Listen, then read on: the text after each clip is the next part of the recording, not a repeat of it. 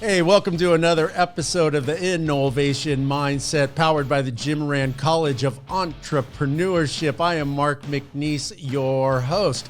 And in studio today, we have Jay Revell of Revell Media. He has been a catalyst leader in Tallahassee for many decades. I've known him for 20 years. I've been really excited to have him in today. He is not only a person that I think is super interesting and has done a lot of great things, but I respect him, and he's spoken my classes, and so I'm really excited to have him in today. Hey, Jay, thanks for coming in. Mark, great to be with you, my friend. So what's going on? Man, I'm feeling old now. You start talking about 20 years, but it's true. You were a young man when I first met you. I was a young, ambitious young lad here in Tallahassee not too long ago. Still ambitious, still young. I just turned 37. Right on. But I started my career really engaged in all things Tallahassee at a pretty high level, really while I was still a student at Florida State as an undergrad, and just been in love with this community for a long time and still working to make it a better place. You're definitely doing that. I was telling you before we met that I was thinking about your career, and I jumped on LinkedIn, and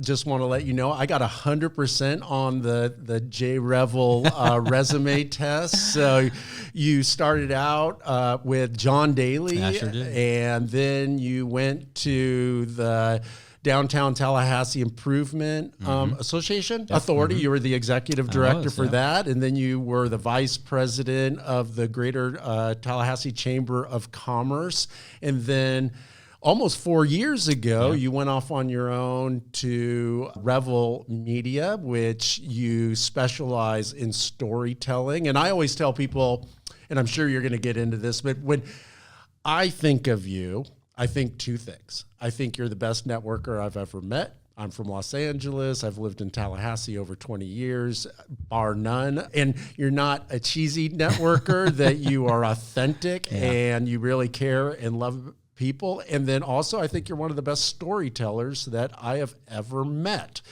I definitely want to get into that, but also we wanted to talk to you about your experience with the Moran Institute and how that networking opportunity and continuing education opportunity has happened for you. But before we jump into that, let's start with you as an undergrad here at FSU and how you got involved with John Daly and the progression of your career. And then let's stop you before you start Revell Media. Okay, will do. My entire experience at FSU was almost really an accident. To all my fellow Seminole fans, and I'm as diehard as you ever find, it always pains me to tell this part of the story, but I grew up in a house full of Gators. I had a lot of orange and blue in the closet. Always dreamed of going to Gainesville, and I didn't get in. And I never will forget, I got this very matter-of-fact letter from UF that said, thanks but no thanks, essentially. And then 2 days later, I got this beautiful gold inlaid pamphlet. All the thing it was missing was a bugler to announce that it had arrived. And it was this acceptance, really more of an invitation to come and experience Florida State University. Nice. And I had a full ride, Bright Future Scholarship, and I was torn between, do I go to Gainesville and run the Santa Fe Community College backdoor route, or do I just go forward at FSU? And I came over and took a tour one day, and I went to a really small rural private school over in Gadsden County. I had 22 kids in my graduating class. Oh, wow. And this place just seemed like an entire new universe to me. And because I was a Gator fan growing up and had this family, we didn't have season tickets to FSU football. We didn't really come to baseball, basketball games. We didn't have any involvement or ties to the university. So it was just it was like Tallahassee, seen it in a completely different light.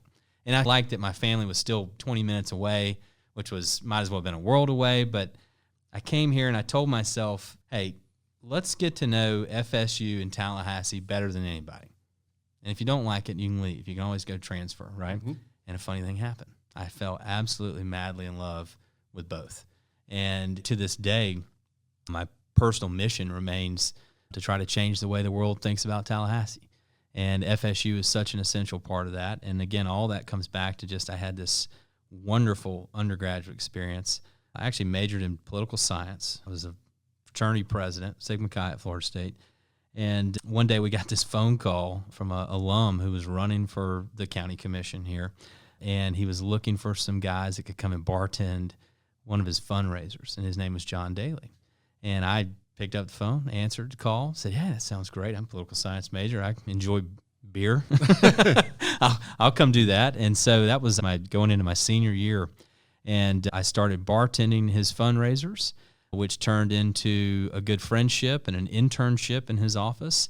And by the time really we got to spring break of my senior year, I was actually running his office full time while I was still an undergrad. It was an interesting experience. And I did that for a better part of 5 years. I was up there. I took a year off of school, came back for graduate school. We have a wonderful program here called in the College of Social Sciences and Public Policy, called the Masters in Applied American Politics and Policy program, MAP program for short. Okay. If you ever hear anybody with that slang around campus.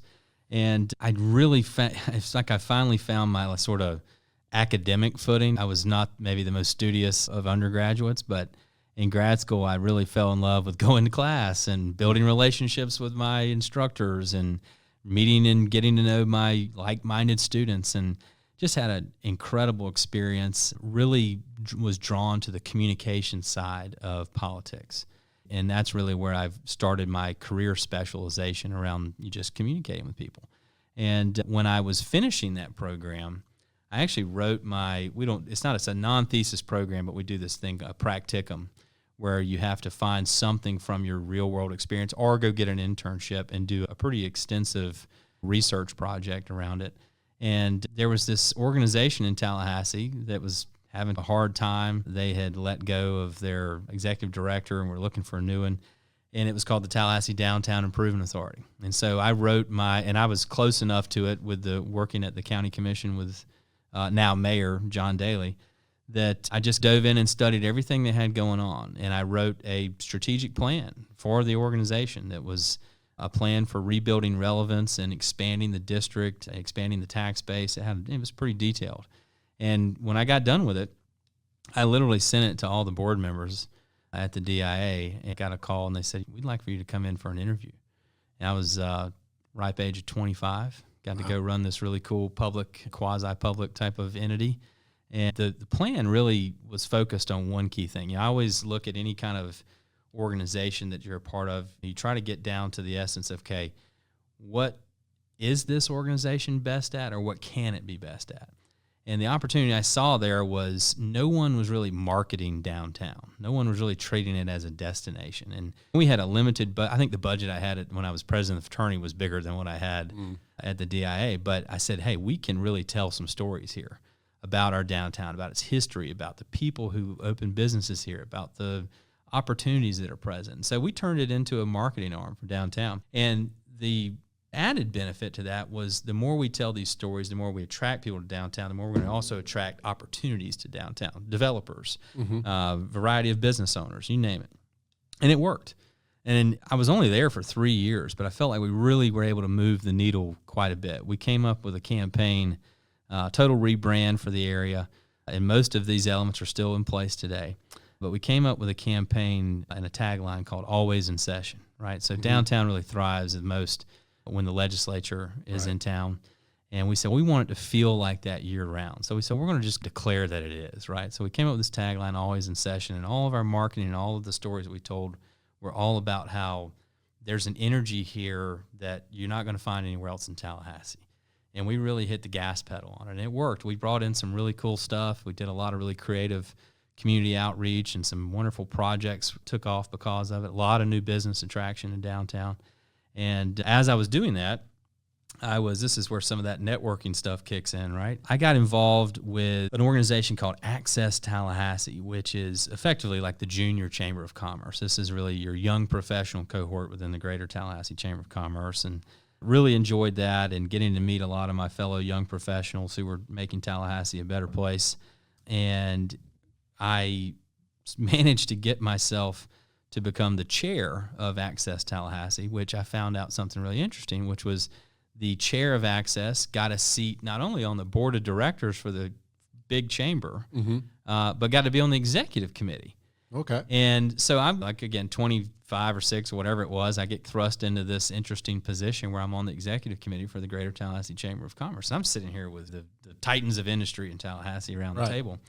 And there was this interesting moment that took place. You might remember the name, the Economic Development Council. It was a public-private partnership, and we always joke about it now, but we refer to it as the divorce. It was held within the Greater Tallahassee Chamber of Commerce, and there was a lot of tension and discussion about the future of economic development. And essentially what happened is that whole function went into the public sector, into what is now the Office of Economic Vitality, right? A very well-funded, doing a great job. They're the ones that helped bring in Amazon and a number of other projects. But at the time, it was messy. And the chamber was looking for someone, I think, that could help them message their way out of it. And I was joking, I ran my mouth enough in the executive committee that they hired me. And I got to go become vice president there at the Chamber of Commerce, and all things advocacy, public policy, all that kind of fell into my realm. I had my hands on pretty much all the communications that went out the door there for a few years, got to do a lot of really big strategic thinking, both with our president, Sue Dick, and our leadership. And I don't know how many chamber events I've been to now in my career, probably 1,000 if I had to guess. And I got this opportunity to just really be at the intersection of all things in the business community. And I got to know a lot of not only business owners, but their stories, and get to understand their business. And the more and more I did it, the more and more I was like, man, I've got to transition into this world as a business owner at some point. And then fast forward to, we had this little thing called the COVID pandemic, and October of 2020, I pulled that trigger and dove in. Well, right on. Let's put that in the parking lot for a little bit. And I want to hit on a couple of things that you mentioned. So I met you when you were the executive director of Tallahassee, or Downtown Tallahassee Authority. And I had no idea that you were 25 years old. And you have such great presence and command and confidence. And since so many students listen to this, I want you to speak into this, because I hear so many students say, when I get older, I'm going to do this, or nobody's going to take me seriously, or something like that. But obviously you may have thought that, but how did you come over that obstacle, going in and working with John Daly, and then moving, just seizing this opportunity to become the executive director of association at 25? Take us a little bit about that, and speak more to the students listening. What would you tell them about acting now versus waiting? Sure. First and foremost, you have to become well-versed in whatever area that it is you want to be eventually seen as an expert in, right? You really have to study it. Like when I said that I wanted to get to know Tallahassee better than anybody, that was no joke. I spent hours and hours reading everything from the Tallahassee Democrat, any local news outlets, histories, books. I used to go on these long walks around downtown, and anytime I saw a historic marker or anything like that, I'd just go stand in front of it and read it. I'd go to museums.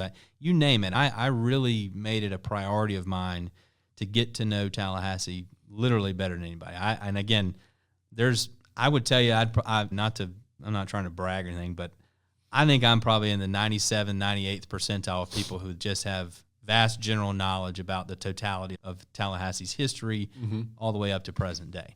I've just spent a lot of time studying it. So that's a very important part of it. You have to develop some expertise, which gives you confidence to have conversations with people who may be many years your senior. Number two, you have to look the part. When I'm sitting here wearing a polo with my business name on it nowadays, that's my outfit, but earn that right to be able to dress down, right? Because my entire 20s, I wore a suit and tie every single day, everywhere I went. Right. And I did that specifically because I wanted to project just an older, more seasoned look. And I think that matters. And I think a lot of people in the world today, we try to discount how we maybe present ourselves. COVID has certainly had an effect on that, but if you're young and you're trying to break through, you're trying to establish yourself, coming up, it doesn't necessarily have to be a suit and tie, but coming up with a look that adds to the totality of your brand is very important. We tell our clients your brand is the story people tell about you. And so when you're thinking about networking, when you're thinking about trying to break through, you have to be very considerate of the little details. If you've ever read the great book from Malcolm Gladwell, Blink, right? People rapidly are processing information through all their sensories. And when you present yourself, from the moment you walk in the room, People are making judgment calls about you. Just the way it is. You might not like it, but it's the truth. It is. And you have to really think about what that story is that you want someone to tell about you after you walk out of the room. And I've tried to put a lot of thought into that at a very young age. I always joke, again, my friends were going to spring break at Key West. I had a suit on and was sitting at the county commission chambers watching meetings, reading agenda books. So I had this sort of Tallahassee. I was a nerd about all things Tallahassee, and that helped a lot. And then I think the other piece is just being willing to be the guy who says, be the guy, the girl, whoever that says yes to when someone is looking or has a problem that they need solved. Someone's looking for someone to work. Someone needs a bartender for their fundraiser. Someone needs someone to help pick up trash downtown on a Saturday. Someone needs whatever the opportunity is, say yes. When you're young, you've really got to say yes, I think, a lot. And then it changes over time. I think when you get older and you start being more tailored to a niche, you need to learn to say no more often. Your value goes up once you start telling people no. That's a good point. Yeah. I tell students a lot, or whoever will listen to me, that you're one yes away from changing your life. Oh, yeah. And 100%. That's been so true so many times. And especially when you're young, to your point, if you don't know who you're going to meet, right? Nope, and no I idea. think this is one of your messages in networking, right? That one conversation can completely change everything. 100%. And if you didn't say yes to go to that event or be that bartender or something like that, you would have never met that person and that opportunity would have never happened. Yeah. Go everywhere. Say yes to everything. And the thing that happens when you do that too is you start to get a sense for what you're good at.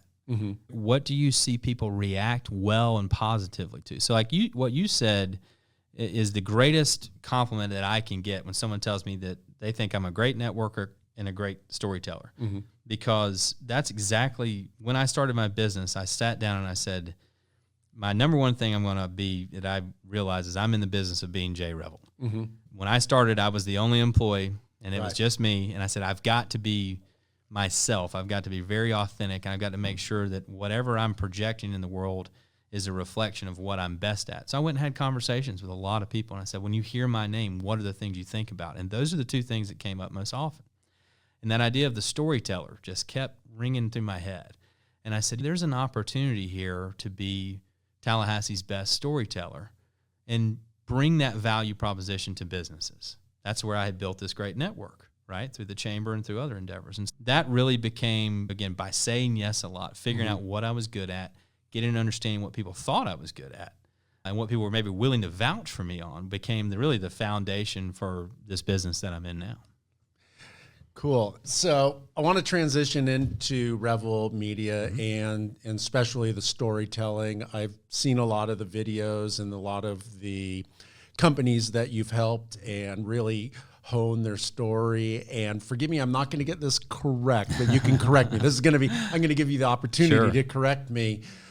But your main message, or a big message at least that I take away in Revell Media, is your company's doing a lot of great things. You have a story to tell. You need to tell this story. So now correct me. How do you say it? I'll go back to that. So first of all, the line that people say, what do you do?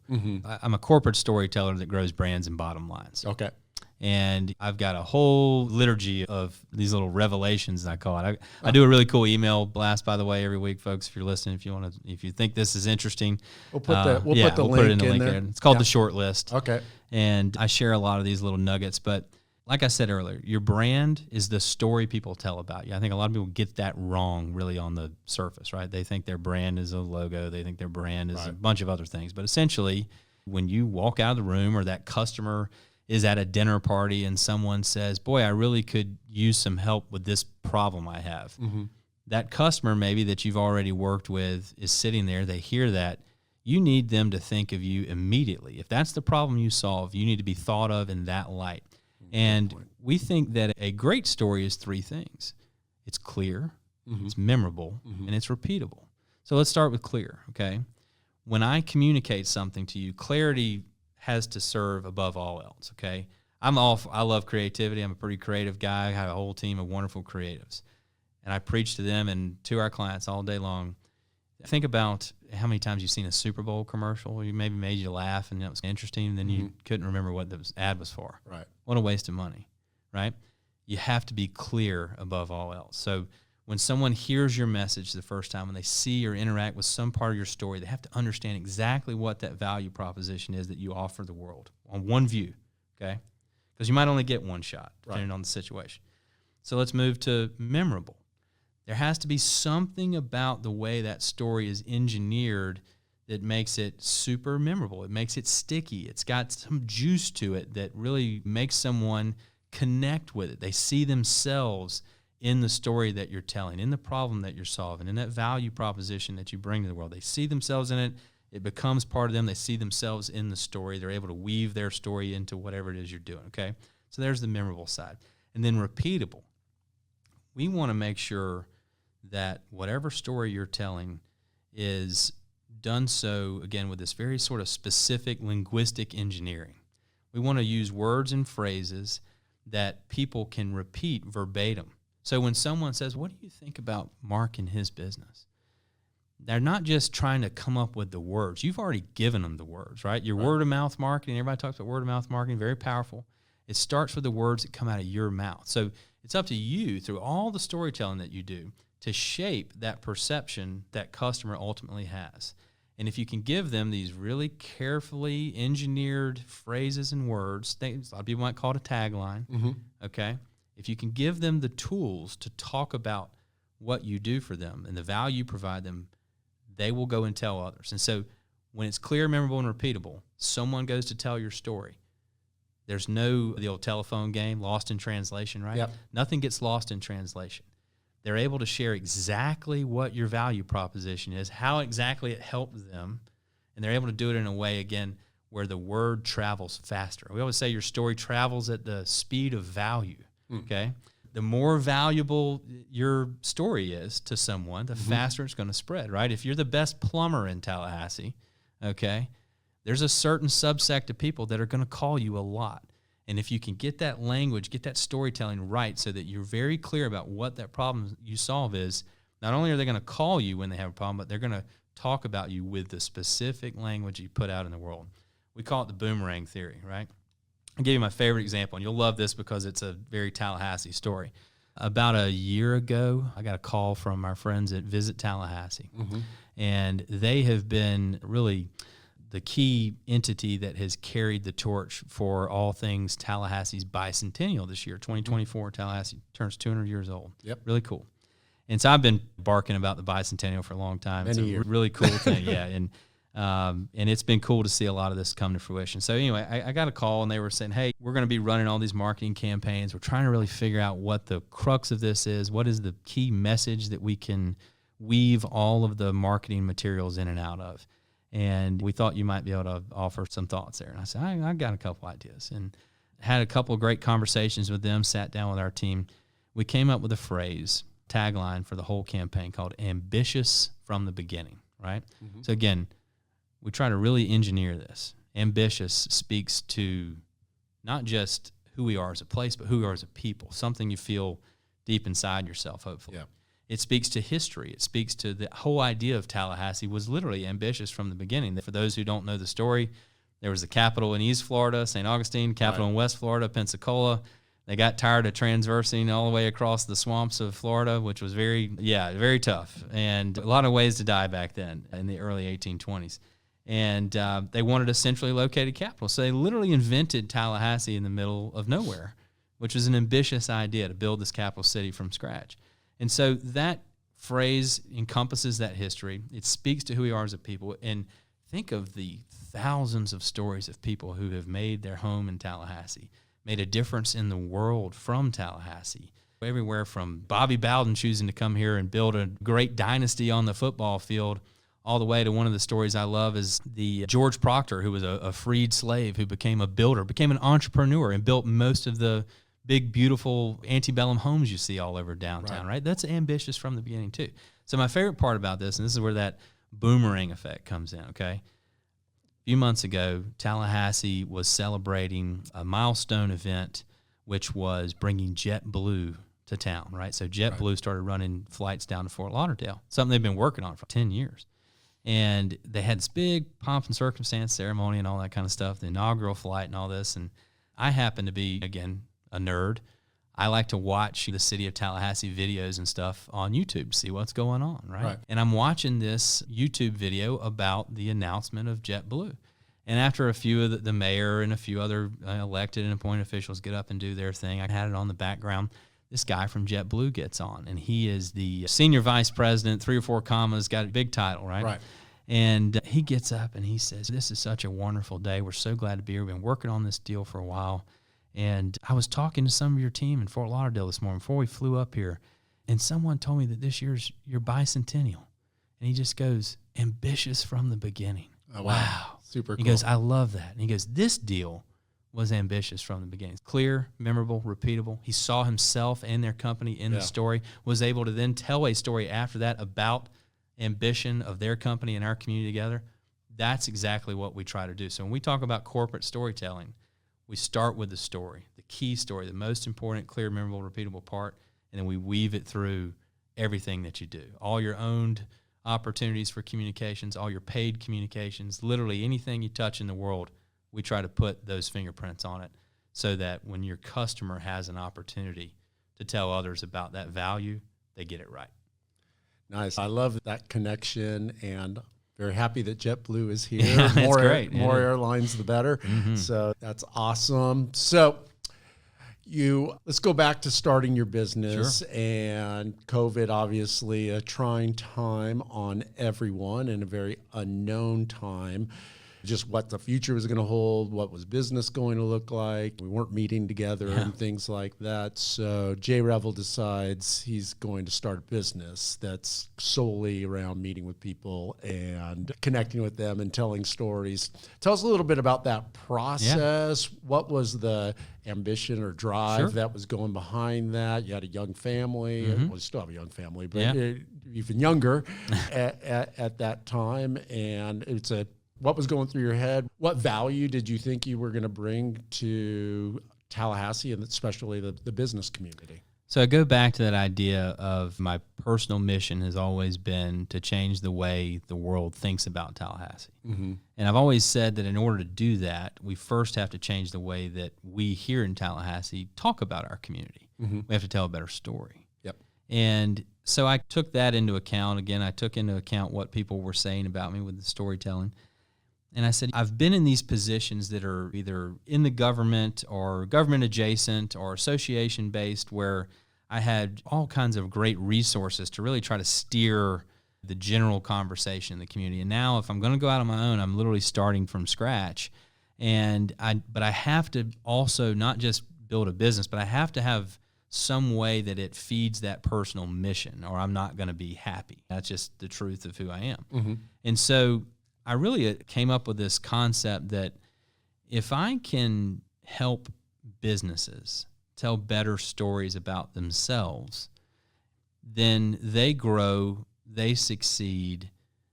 Our community will also grow and succeed at the same time. So if I can build an army of storytellers, an army of corporate storytellers who are able to be ambassadors, not only for their business, but for Tallahassee, I will effectively accomplish that lifelong goal of changing the way the world sees about Tallahassee.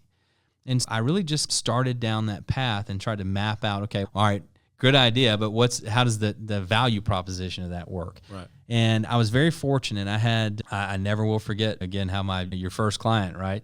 There's a wonderful company here in town. They're 51 years old. It's called Sperry Construction. Mm-hmm. Family owned, on the third generation now. They've added some partners.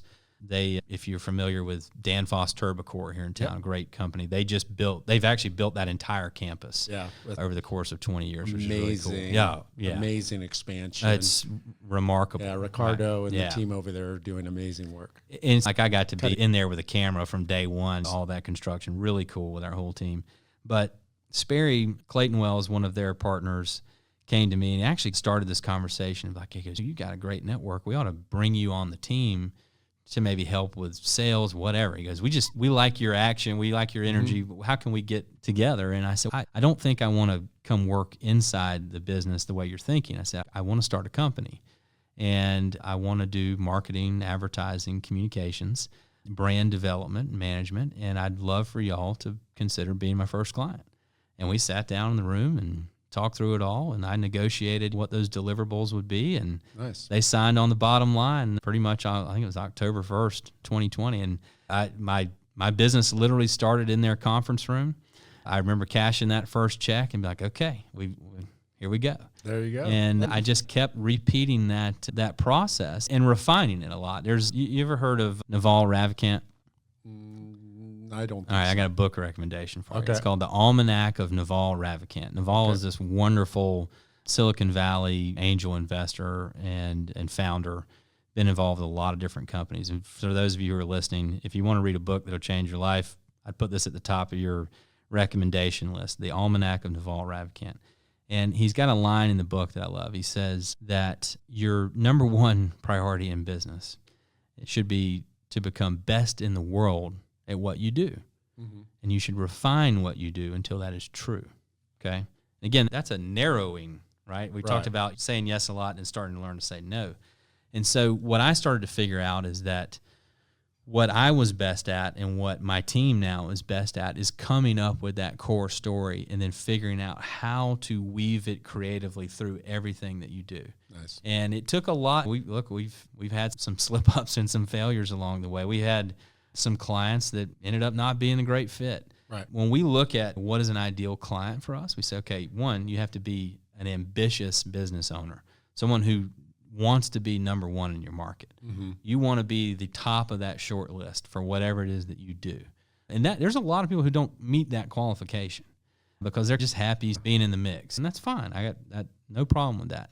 But those who want to be on the top of the short list, those who want to be thought of, those who want to be in the room, they want to be where the action is, we can really help them because we've got a really good playbook for how to get there. And again, that's been developed both through trial and error, but also through, go back to those days when I was at the Chamber of Commerce. I watched very carefully how a lot of the leading businesses in Tallahassee got to where they are. And I would go take them out for coffee, a lot of times at Red Eye Coffee. Nice. And just ask them, how'd you get here? Mm-hmm. How'd you do that? Oh, that's interesting. What role did this play? And I just asked a lot of questions, and I just took a lot of notes. And like I said, we built a really good playbook. Yeah, we always joke marketing and advertising is what gets us in the door, but we end up usually being kind of corporate therapists a little bit. Because if you're someone who's trying to, again, climb to that top, you're trying to get to that number one spot, there's a lot to think about. A lot. And you have to really be considerate of every move, and you have to be deliberate. Once you have that story in place, I got a lot, again, of these little things that sort of rhyme and things like that are fun, but being consistent with how you tell your story, what words you actually use, what pictures you use, how it is delivered. Being consistent is incredibly important, but more importantly is being persistent. You can't stop. You don't get to go, okay, hey, we're doing pretty good now. Let's just turn the faucet off. That doesn't work. You will slide right back to the bottom of the pack a lot faster than you think. The way of Blockbuster. Yeah. Oh, yeah. You can never stop changing and innovating. Right. So let's take Sperry, for example. The tagline that we like to use for them is build your dream. What do? They help people build their business dreams. They're private sector construction specialists, which is a unique thing in this community. We have a lot of really great construction companies that focus on work that comes from Florida State, FAMU, TCC, the state, right? That's a huge industry, just servicing public sector in our part of the world. They've really carved out this niche of being a private sector specialist. Mm-hmm. And again, if you've ever done any kind of commercial construction, right, you are sweating over the details of those budgets, right? And so that's what we communicate. We help you build your dream. We're going to hold your hand right through every cent that goes out the door. And they've got some other specializations we talk about, but we weave that into everything they do. We preach it from the mountaintop. We simplified their message and amplified it as loud and as often, as frequently as possible, and we are relentless about how we tell it. And we use that same model. And again, we are very fortunate to work with a crazy array of industries: construction, banking, personal injury law, medical, hospitality, retail, you name it, right? We've got our fingers in all kinds of interesting industries. And where a lot of marketing agencies try to narrow down, okay, we do marketing for this type of industry, which is a great model. We've tried to say, hey, we've got a system that actually works no matter what industry is, but we've got a lot of qualifications about who we're going to work with. And that's the business we've built, and it's just been tremendous. And the best part about my business is not me. It's the 4 people I get to employ. They are fantastic storytellers in their own right and extremely creative, and the attention that they are able to provide our clients is second to none. We really invest in those relationships. We want to get to the point where when my phone rings and I look down, I see the name that's on there. I know what they're calling about, and we're ahead of the schedule. We try to always be a little bit ahead of where our clients are, and that's worked really well for us so far. I love that, and thank you for sharing that and sharing about your company and your growth and things like that. It's been fun for me to see you take that step and see Revell Media grow and things like that. There's a couple of other things I'd love to talk to you about. I think the first thing I'd like to talk to you about is your connection with the Jim Moran Institute, and you recently went through one of their executive programs and things like that. And I think I'd like to hear your perspective, because you're somebody who's been around business. You're basically your whole adult life. You've interacted with so many different businesses, and I'd like to hear your perspective on somebody who's basically heard it all and seen it all, going into a program that to help you grow your business. And what was your experience like? First and foremost, the experience was wonderful. Marina Lixon puts on a tremendous program, her and her staff. I mean, it was world class. I've been through a few entrepreneurial and business-minded programs in my career. This is the top of the list. The resources and relationships that they're able to bring into the room is very impressive. I was pretty fortunate that through my past experience, I knew a lot of them as they were coming in.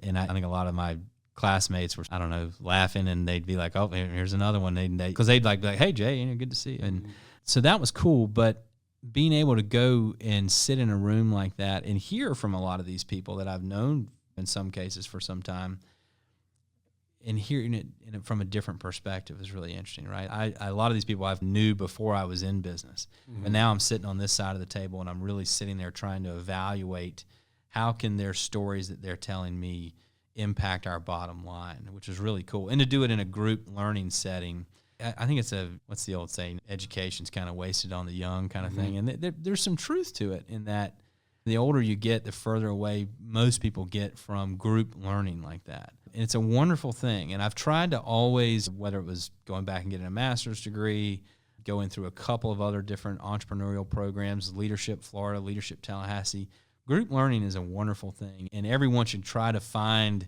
avenues to stay in that world when you get a chance. And they just did a wonderful job with the executive program. I really enjoyed it. And a couple of interesting things. One, you have to be in business for 3 years before you can even qualify, which I think is very important because you're treading. Everybody's treading that water at that point, right? It's not just an idea. It's something that's really happening in the world, and that hits a lot differently than years ago I went through the Entrepreneurial Excellence Program that used to be put on by the Economic Development Council, and it was more for people who were thinking about something or kind of maybe in that early stage. I went through a program at DOMI one time, and that was for very early. That was like, okay, you got an idea, bring it in, let's help you see if it can move anywhere. Right. But this is totally different. This is, hey, you've got a business. Maybe it's doing well. Maybe you need it to do better. We're going to help you come up with some strategies to grow it, improve it. You're going to get a chance to dialogue with people in your peer group. You're going to get a chance to hear from people who've been right where you are and made it through and hear some more stories and maybe learn from them.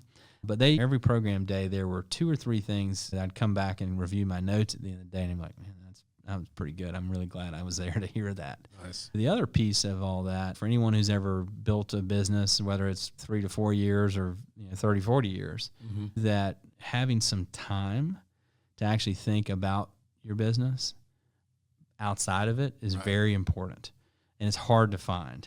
So just the sheer fact that I had this sort of scheduled half days blocked out for whatever it was, 6 weeks, right, where I got to really look forward to it because I was like, okay, I'm going to go in here. I told my team knows, my clients knows, I'm out of pocket for a little bit, but it's not like vacation where you're out of pocket and you're playing golf or sipping Mai Tais or whatever. You're on a little mini vacation, but you're focused and you're actually there thinking about your business. And I'll give you a perfect example.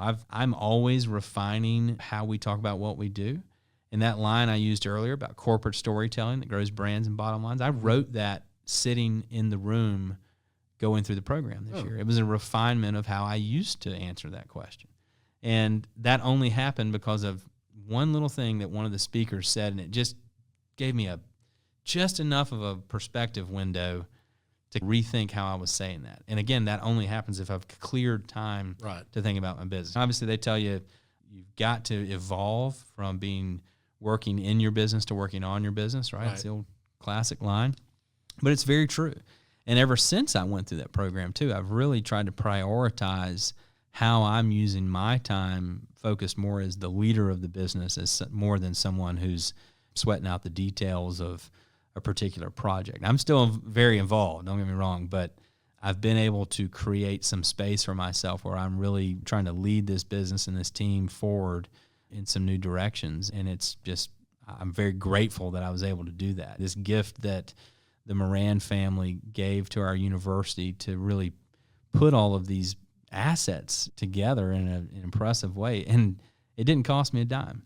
All it cost me was my time and my commitment. And that was pretty special. I walked away from that. I think one of the coolest things is when I went to the alumni reception that we had right after we finished, and I saw how many other successful people that I look up to, some mentors and friends were in that room that I didn't even know had gone through the program. And I said, okay, this is a good place to be, right? You always want to go where the action is. Right. And if you're a business owner, you're an entrepreneur, you want to be around other business owners and entrepreneurs. There's a lot of good things that happen when you start talking to each other and getting an understanding, that cross-pollination of how'd you screw up? How'd you get out of that? Yeah. Very valuable. I often think if I'm in an event where Steve Evans is at, I'm like, I'm in the right place. 100%. Yeah. Steve is one of my favorite people. I make a point to once a quarter just go get a cup of coffee with him and tell him what we're up to and just see how he responds to different things I tell him. He's been a tremendous mentor and friend, and he's a Tallahassee treasure. Oh, he's one of those things where I used to be on the board for the Tallahassee Symphony, and I was talking to our conductor one time, and he said that I said, how would you describe the Tallahassee Symphony to someone else, a colleague maybe from a different, larger city? And he would say, most cities the size of Tallahassee, you would say their symphony's like a Pinto, right? He goes, this is a supercharged BMW because we have FSU and FAMU and these rich, incredible musical traditions at these universities. They're able to get world-class talent playing at a symphony at this level. And I was like, that's really cool. I like that. I can use that. Next time I tell somebody about symphony, I'm going to use that exactly. Well, Steve's the same way. Steve was a lifelong IBM, and his business mind and connections are global. And he happens to call Tallahassee home, and the fact that there is someone like that you can go and talk to is pretty remarkable.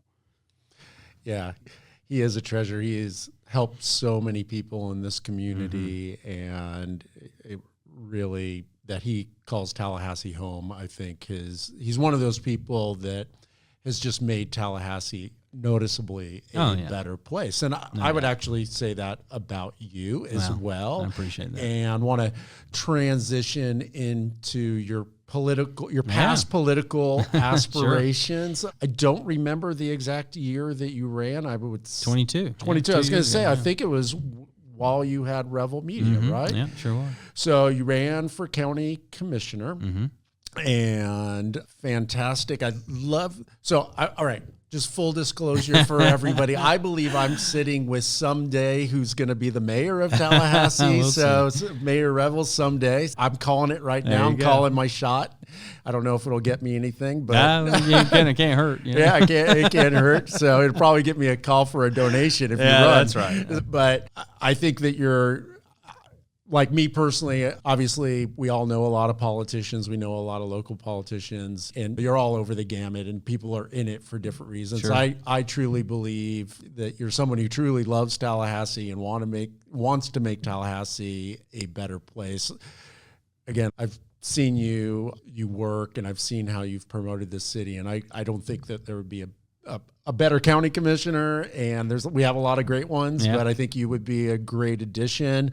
Unfortunately, you didn't win. Yeah, came up a little short. So let's talk a little bit about the bold move, the ambitious, since we're talking about ambition, the ambitious or bold move, starting a company, having a younger family, and you like, okay, I'm going to run for county commissioner. Let's take us through it. Tell us what it was like, and just tell us about the journey and what did you learn through it? I learned a lot, both about myself, about my skill sets, my shortcomings, my family and friends, my community, you name it, right? And I would tell anyone who's listening, if you've ever had an inkling to run for office, whether it's dog catcher or whatever, you should do it. It's a wonderful experience. Now, it's not easy.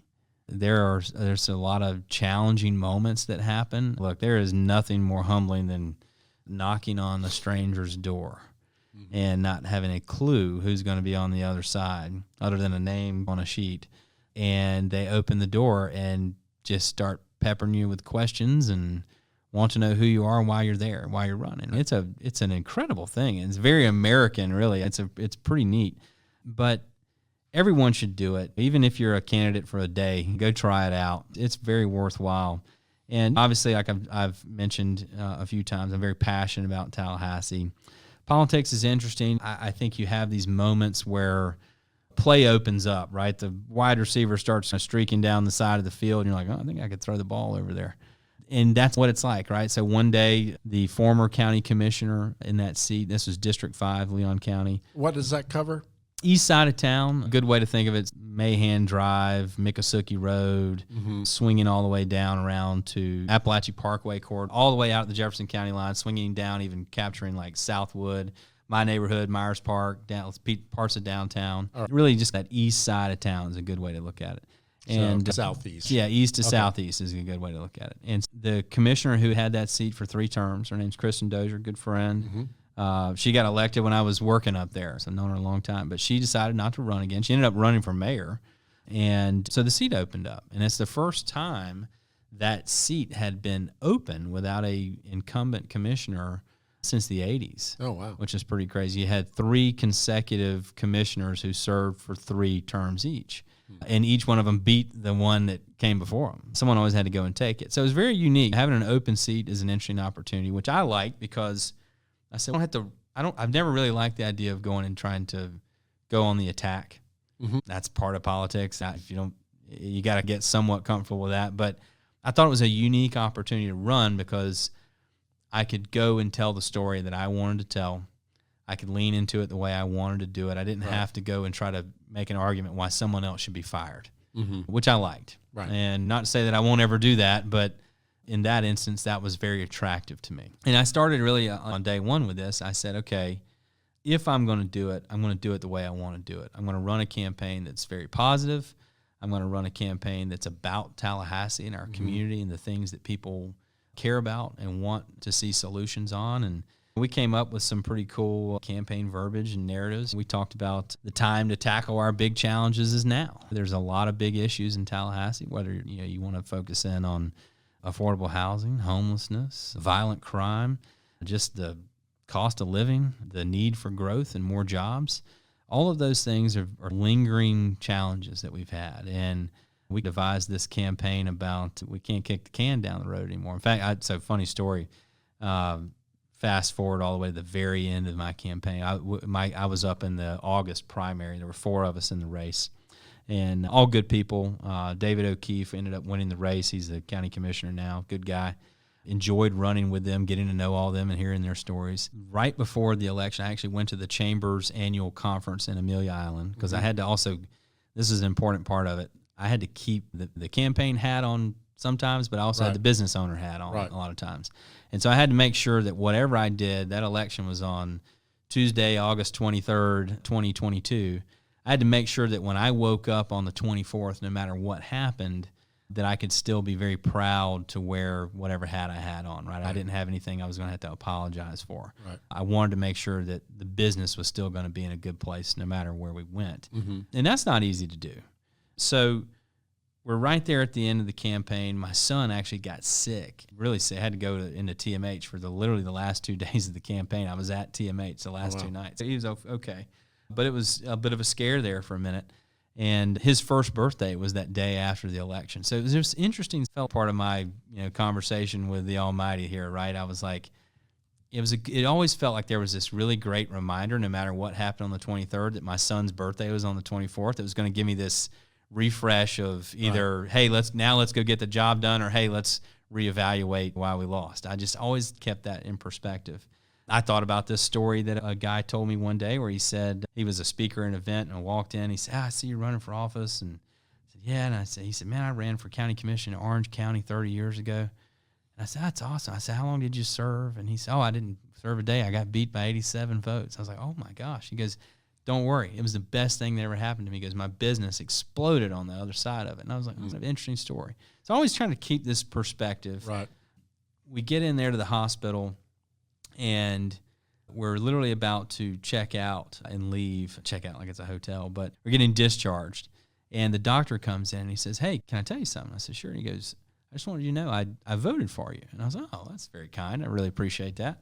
And he said, yeah. He goes, I really liked your message. I really liked the way you talked about Tallahassee. I liked the way you carried yourself. And we had this cool campaign that was running, and we called it the Kick the Can ad.